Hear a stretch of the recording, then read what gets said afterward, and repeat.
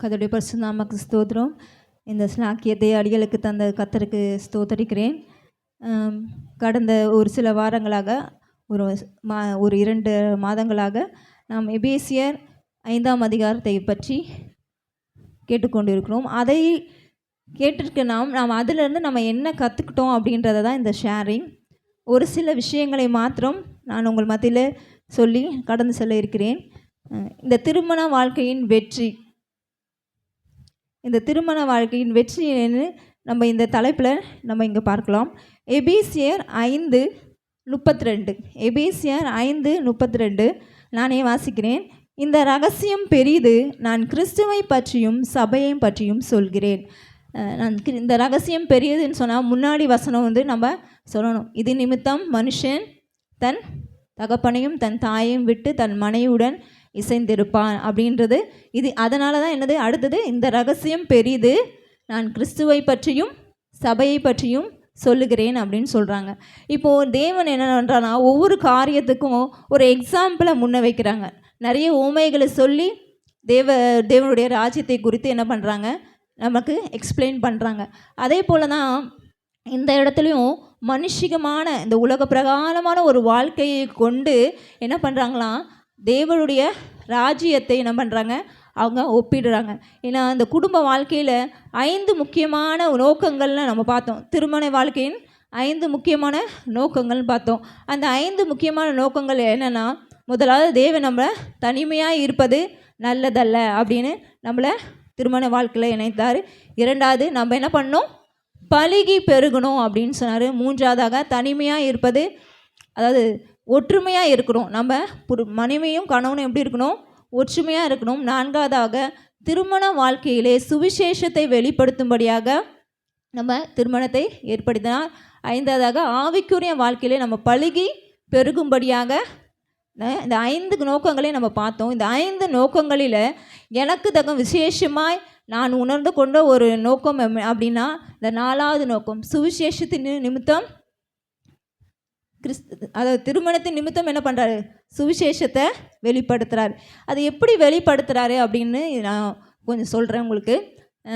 இப்போ ஒரு மனைவி ஒரு கணவன் எப்படி இருக்கணும் அப்படின்றத என்ன பண்ணுறாங்க, இந்த நேரத்தில் இந்த இடத்துல சொல்கிறாங்க. அதை கொண்டு தேவன் என்ன சொல்கிறாருன்னா, ஒரு மனைவி ஒரு கணவன்றதை என்ன சொல்கிறாரு, ஒரு மணவாளன் ஒரு மணவாட்டி என்றது என்ன பண்ணுறாங்க, கம்பேர் பண்ணுறாங்க. ஒரு மணவாளன் எப்படி இருக்கணும், ஒரு மணவாட்டி எப்படி இருக்கணும், அதை தான் சொல்கிறாங்க. இந்த 32ஆம் வசனத்தில், நான் சபையை பற்றியும் கிறிஸ்துவை பற்றியும் சபையை பற்றியும் சொல்கிறேன். கிறிஸ்துவை பற்றினா அவர் யாராக இருக்கார், மணவாளனாக இருக்கார். சபை யாராக இருக்குது, மணவாட்டியாக இருக்கார். அப்போது கிறிஸ்துவை பற்றியும் சபையை பற்றியும் சொல்கிறேன் என்று அப்போ என்ன சொல்கிறாரு, நம்மளை பற்றி மணவாளன் மணவாட்டின்ற ஒரு ஆவிக்குரிய அர்த்தத்தை அங்கே என்ன பண்ணுறாரு சொல்கிறாரு. இப்போது மணவாளன் மணவாட்டின்னு எடுத்துட்டுனா அது எப்படி இருக்கணும் அப்படின்றத இந்த கணவன் மனைவி மூலமாக நமக்கு எடுத்துரைக்கிறார். இப்போது ஒரு கணவன் என்ன பண்ணணும், மனைவி மீது அன்பு கூறணும். எப்படி அன்பு கூறணும், கிறிஸ்து அன்பு கூர்ந்தது போல் தன்னுடைய ஜீவனையும் கொடுத்து என்ன பண்ணணும், அன்பு கூறணும். அதே போல் தான் மணவாளன் நமக்காக என்ன பண்ணிட்டாரு, அவருடைய ஜீவனையும் கொடுத்து சபையாக நம்ம மீது என்ன பண்ணிட்டாரு, அன்பு கூர்ந்துட்டார். அப்போது சபையாக நாம் என்ன பண்ணணும், மனைவி என்ன பண்ணணும்,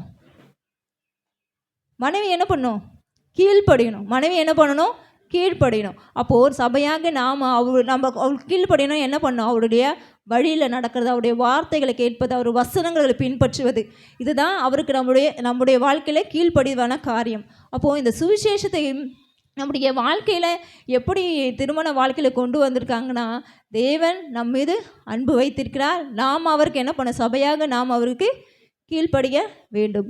2வது காரியமாக எபேசியர் 5:18, துன்மார்க்கத்துக்கு ஏதுவான மதுபான வெறி கொள்ளாமல் ஆவியினால் நிறைந்து. இப்போது இந்த வசனத்தில் ஆவியினால் நிறைந்து இந்த வேர்டை மட்டும் நம்ம என்ன பண்ணுவோம், எடுத்துப்போம்.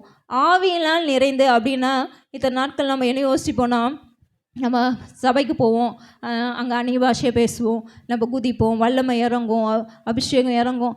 ஆவியினால் நிறைந்து நடக்கிற வாழ்க்கை அதுதான்றது நம்முடைய தாட்டாக இருந்தது. ஆனால் இந்த போதனைக்கு அப்புறம் ஆவியினால் நிறைந்த வாழ்க்கை என்ன என்பதை அழகாக நமக்கு கொலேசியர் 3:16 சொல்கிறாங்க.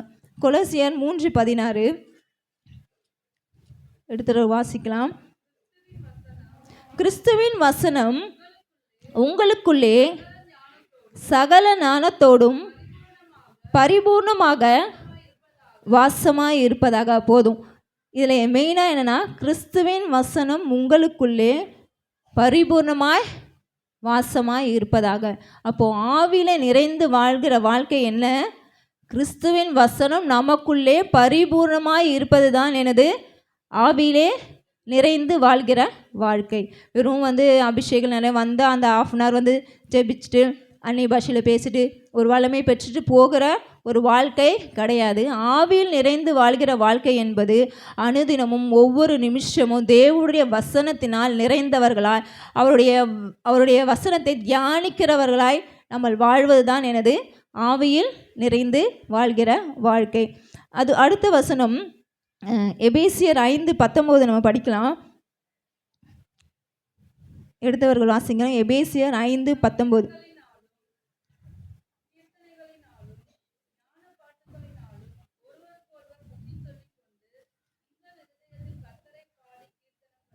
ஓகே. சங்கீதங்களாலும் ஞான பாட்டுகளாலும் ஒரு குறை என்ன சொல்லணும்? புத்தி சொல்லணும்.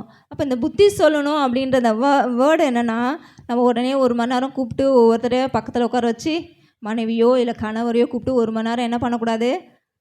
அட்வைஸ் பண்ணிவிட்டு நீ இப்படி இருக்கணும், நீ அப்படி இருக்கணும், நீ இதை செய்யக்கூடாது, அதை செய்யக்கூடாது, அப்படி இந்த இடத்துல என்ன சொல்லலை? தேவன் சொல்லலை. அப்போ புத்தி சொல்லி கொண்டு அப்படின்னா என்ன சொன்னால், என்கரேஜ் பண்ணணும். என்ன பண்ணணும்? உற்சாகப்படுத்தணும். ஒவ்வொருவருக்கு என்ன பண்ணணும்? உற்சாகப்படுத்தணும். ஒருத்தர் 2 பேருமே ஒரே ஸ்டாண்டர்டில் என்ன பண்ண மாட்டோம்? இருக்க மாட்டோம். ஏன்னா இந்த மேட் ஃபார் ஈச் அதர் அப்படின்னு சொல்கிறாங்களே, அது நீங்கள் ஹைட்டு, நம்ம படிப்பு, நம்முடைய ஸ்டேட்டஸ், அதை வைத்து என்ன பண்ணல? தேவன் நம்மளை படைக்கலை. Made for each other. உலகம் ஒரு காரியம் சொல்லும். அவங்க அழகாக இருக்காங்க, 2 பேரும் ஒரே ஹைட்டில் இருக்காங்க, 2 பேரும் நடந்து போனால் அப்படியே சூப்பராக இருக்குது. அந்த மாதிரி காரியங்கள் இங்கே கிடையாது. மேட் ஃபார் ஈச் அதர் அப்படின்றனா என்னென்னா, கணவனிடத்தில் இல்லாத ஒரு காரியம் மனைவிடத்தில் இருக்கும், மனைவிடத்தில் இல்லாத காரியம் கணவனிடத்தில் இருக்கும். அப்போது கணவனால் செய்ய முடியாத காரியத்தை மனைவி அந்த இடத்துல என்ன பண்ணணும்? சப்போர்ட் பண்ணி செய்யணும். இப்போ மனைவியால் செய்ய முடியாத காரியத்தை கணவன் என்ன பண்ணணும்? அந்த இடத்துல சப்போர்ட் பண்ணி செய்யணும். அதுதான் என்னது? Mat for each other. அதே நம்ம புத்தி சொல்லணுன்னா அதே மாதிரி தான். நம்ம 2 பேரும் இருப்போம், கணவன் மனைவியாக 2 பேரும் இருப்போம். 2 பேருமே ஒரே ஈக்குவலாக இருக்க மாட்டோம். ஒருத்தர் ஒன்றுதில் அதிகமாக இருப்போம், ஒரு காரியத்தில் கம்மியாக இருப்போம். அப்போ நம்ம என்ன பண்ணுவோம்? உற்சாகப்படுத்தணும். இப்போ சப்போஸ் மனைவி நல்லா உற்சாகமாக ஜெபிக்கிறாங்க, சபைக்கு போகிறாங்க, நிறைய காரியங்கள் ஈடுபடுறாங்கன்னா கணவர் என்ன பண்ணணும்? அதுக்கு என்ன பண்ணணும்? சப்போர்ட் பண்ணணும். நீ என்ன சும்மா ப்ரேயருக்கு போயிட்டே இருக்க, வீட்டில் பார்க்க மாட்டியா, பிள்ளைங்களை பார்க்க மாட்டியா அப்படின்றது அது மாதிரி காரியங்களை நம்ம சொல்லி அவர்களை என்ன பண்ணக்கூடாது? அவங்களுடைய உற்சாகத்தை நம்ம என்ன பண்ணக்கூடாது? குறைக்கக்கூடாது. மனைவிகளும் என்ன பண்ணணும்? கணவர் உற்சாகமாக இருந்தால் யார் இதெல்லாம் பண்ணுவா, நானே எல்லாமே பார்க்கணுமா அப்படின்னு மனைவிகளும் என்ன பண்ணக்கூடாது? கணவருடைய உற்சாகத்தை என்ன பண்ணக்கூடாது? குறைக்கக்கூடாது. 2 பேருமே ஒருவருக்கொருவர் உற்சாகப்படுத்தி கொண்டு ஒவ்வொருவரையும் ஆட்சி ஒவ்வொருவரையும் தகப்பனை பக்தி விருத்தி உண்டாக்கணுமா. இப்போ இந்த 1 தெசலோனிக்கேயர் 5ஆம் அதிகாரம் 11ஆம் வசனத்தில், ஆகையால் நீங்கள் செய்து வருகிறபடி ஒருவருக்கொருவர் தேற்றி ஒருவருக்கொருவர் பக்தி விருத்தி உண்டாக்கும்படி செய்யுங்கள். அப்போ என்ன பண்ணுமா? ஒவ்வொருவரையும் தேற்றணுமா. இப்போ ஒருத்தர் டவுனாக இருந்தால் இன்னொருத்தர் என்ன பண்ண? அவங்கள தேற்றணும். அவங்க நம்ம பேசுகிற வார்த்தை நம்ம அவங்களுக்கு எப்படி இருக்கணுமா? பக்தி விருத்தி உண்டாக்கணுமா. அவங்கள மனமடிவு ஒருபோதும் ஆக்கவே கூடாது. நம்ம பேசுகிற வார்த்தை நம்மளால் செய்ய முடியல, ஆனால் அவங்க என்ன பண்ணுறாங்க? அதை செய்கிறாங்க. அதுக்கு நம்ம என்ன பண்ணணும்? சந்தோஷம்தான் படணும். அப்போ நீங்கள் என்ன பண்ணணும்? நானுமே என்னோடய கணவனோடு சேர்ந்து, என்னுடைய மனைவியோடு சேர்ந்து நானும் அந்த நிலைக்கு வரணும். நான் என் மனைவியோடு நான் சப்போர்ட் பண்ணுவேன், என் கணவருக்கு நான் சப்போர்ட் பண்ணுவேன், அந்த நிலைக்கு நான் வருவேன் என்று நீங்களும் என்ன பண்ணணும்? அவர்களோடு உழைக்க வேண்டும். இல்லை அந்த லோவாக இருக்கவங்க என்ன பண்ணக்கூடாது? அவங்கள புல் பண்ணக்கூடாது. இப்போ நீ உனக்கு என்ன தெரியாது, நீ உட்காரு, நீ இது பண்ணால் அவங்க இது சொல்லுவாங்க, அவங்க இது சொல்லுவாங்க, அவங்க இது சொல்லுவாங்க, அது இது சொல்லுவாங்க, இது சொல்லுவாங்க, அந்த பேச்சு என்ன பண்ணக்கூடாது? பேசக்கூடாது. ஏன்னா நம்ம ஒரு உற்சாகத்தோடு இருக்கிற ஒருவரை நம்ம உற்சாகப்படுத்தும் போது அவங்க என்ன பண்ணுவாங்க, கர்த்தருக்குள்ளே அதிகமாக வளருவார்கள். நமக்கு முன்னாடி நின்று பேசுகிறவங்களை இங்கே யோசிச்சு பாருங்கள். ஒரு மனிதராக நம்ம பார்க்குறோம். இப்போ நமக்கு ஒரு விரோதமாக ஒருத்தவங்க பேசுகிறாங்கன்னா நம்ம அவங்கள எப்படி பார்க்குறோம், ஒரு ஆளாக பார்க்குறோம். கரெக்டுங்களா? பிசாசு வந்து 2 கொம்பு வச்சுட்டு வந்து, நிறைய பெரிய பல் வச்சுட்டு வந்து, நீனா கர்த்தருக்குள்ளே போறியா, நீ ஜெபத்துக்கு போறியா, உன்னை நான் போக விடுவேனா, அப்படி வந்து பேசுவேனா? ஒரு காலம் அப்படி வந்து பேசவே மாட்டான். பிசாசு எப்படி தந்திரம் உள்ளவன். எனவே தந்திரம் உள்ளவன் எப்படி ஒரு மனுஷனை கொண்டு தான் என்ன பண்ணுவான், அவன் ஏவுவான் நம்மளை. நம்ம உற்சாகமாக கிளம்பு போயிட்டு ரெடியாக இருப்போம். ஒரு மனுஷன் நம்ம கொண்டு வந்து நிறுத்தி நம்மளை என்ன பண்ணுவோம், அப்படியே மனமடிவாக்கி அந்த இடத்துக்கு நாங்கள் போக விடாதபடி ஒரு மூலையில் நம்மளை உட்கார வச்சிடணும். அவனுடைய நோக்கமே அதுதான். அப்போது நம்ம பார்க்கும்போது நம்முடைய பார்வை எப்படி இருக்கணும், ஒரு மனுஷன் நமக்கு எதிராக வராங்க, ஒரு மனுஷன் நமக்கு எதிராக வராங்கன்னு இல்லாமல் சத்ரு நமக்கு எதிராக வரான். அப்போ நம்ம என்ன பண்ணோம், சத்ரு என்ன பண்ணணும், எதிர்த்து நிற்கணும். நம்ம எதிர்த்து நின்னா அவன் என்ன பண்ணுவான், ஓடி போயிடுவான். அப்போது நாம் வந்து ஒரு மூலையில் போய் உட்காந்துட்டோன்னா அவன் என்ன பண்ணுறான், சந்தோஷப்படுவான். நம்ம வந்த காரியம் வெற்றி அடைஞ்சிருச்சு அப்படின்னு என்ன பண்ணுவான், அவன் சந்தோஷப்படுவான். அப்படி இல்லாதபடி நம்முடைய பார்வையை நம்ம என்ன பண்ணணும், மாற்றணும். நீங்கள் சொல்கிறவங்க சொல்லிகிட்டே இருங்க. நீங்கள் சொல்கிறவங்க சொல்கிற இடத்துல தான் இருப்பீங்க. நான் என்ன பண்ணுவேன், உங்கள் கண்ணு முன்னாடியே வளர்ந்துக்கிட்டே இருப்பேன்னு நீங்கள் என்ன பண்ணணும், ஆவிக்குரிய ஜீவியத்தில் என்ன பண்ணணும், அவங்களுக்கு முன்னாடி அவங்களுக்கு சாட்சியாக என்ன பண்ணணும், நிறுத்தணும். நாங்கள் அநேகர்கள் வந்து ஒரு சாட்சி கூட சொல்லாங்கன்னா, என்னுடைய கணவனார் வந்து இந்த சிறு வயதிலே பிஷப் ஆனதுக்கு நிறைய பேர் நிறைய காரியங்கள் சொன்னாங்க. சபைகள்லாம் கூட பேசினாங்க. எங்களுக்கு சிரிப்பு வருதுன்னாங்க. ஒரு பிஷப்னால் இதுதான் குவாலிட்டி, இத்தனை சபை இருக்கணும், அத்தனை சபை இருக்கணும்னாங்க.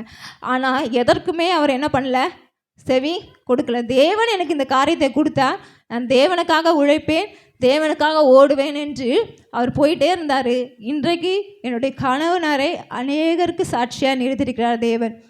அதே போல் தான் நம்முடைய முன்னாடி 1000 பேர் வந்தாலும், நம்ம எத்தனை மடி வாக்குனாலும் தேவன் நம்ம கூட இருந்தால் நம்ம என்ன பண்ணுவோம், தொடர்ந்து ஓடிட்டே இருப்போம். அதனால் புத்தி சொல்லுகிற காரியத்தில் நீங்கள் வந்து ரொம்ப ஞானமாக இருக்கணும். ஒருத்தரும் என்கரேஜ் பண்ணிகிட்டே இருக்கணும். நம்ம வெளியிலேருந்து வந்து என்கரேஜ் பண்ணுறதை விட நம்ம கூட இருக்கவங்க நம்மளை என்கரேஜ் பண்ணும்போது அது என்ன இருக்கும், ஒரு பூஸ்ட் மாதிரி நல்லா ஒரு ஸ்ட்ரென்த்தாக இருக்கும். நம்மளால் செய்ய முடியாததை அவங்க செய்கிறாங்களே அப்படின்னு ஒரு சந்தோஷம் உங்களுக்குள்ளே வரணும். நாமளும் என்ன பண்ணோம், அதற்கு முயற்சி பண்ணணும். அடுத்தபடியாக எபேசியர் 5:22.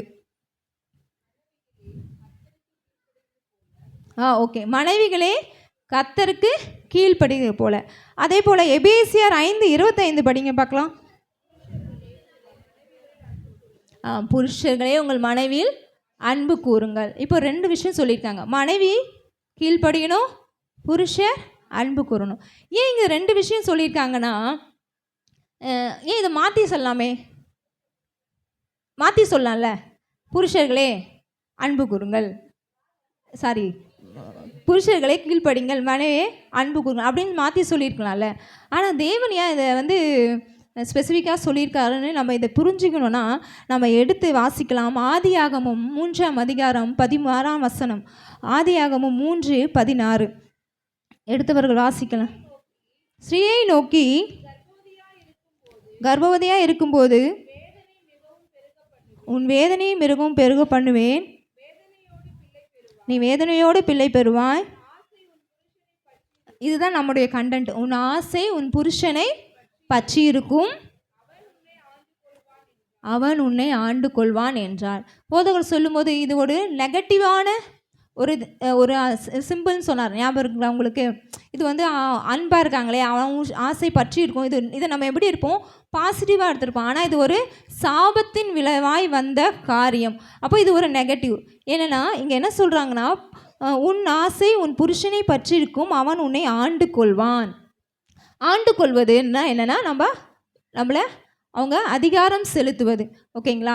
இப்போது நெகட்டிவாக எப்படி அதிகாரம் செலுத்துவாங்க, பாசிட்டிவான ரொம்ப பாசமாக பார்த்துக்கிட்டு நம்ம எல்லாத்தையும் செய்யணும். இப்போ நெகட்டிவான எப்படி செய்வாங்கன்னா, ரொம்ப ரூடாக நம்மளை நடத்துவாங்க, ரொம்ப நம்மளை அடக்கி ஆளும் வழியாக ஒரு காரியங்கள் இருக்கும். அப்போது புருஷனோட கேரக்டர் அங்கே என்னவாகுது, ஒரு ஹிட்லர் மாதிரி ஒரு கேரக்டர் வந்து உருவாகுது. கரெக்டுங்களா? அப்போது அந்த இடத்துல தான் அதுக்காக தான் சொல்கிறாரு, புருஷர்களே அன்பு கூறுங்கள்.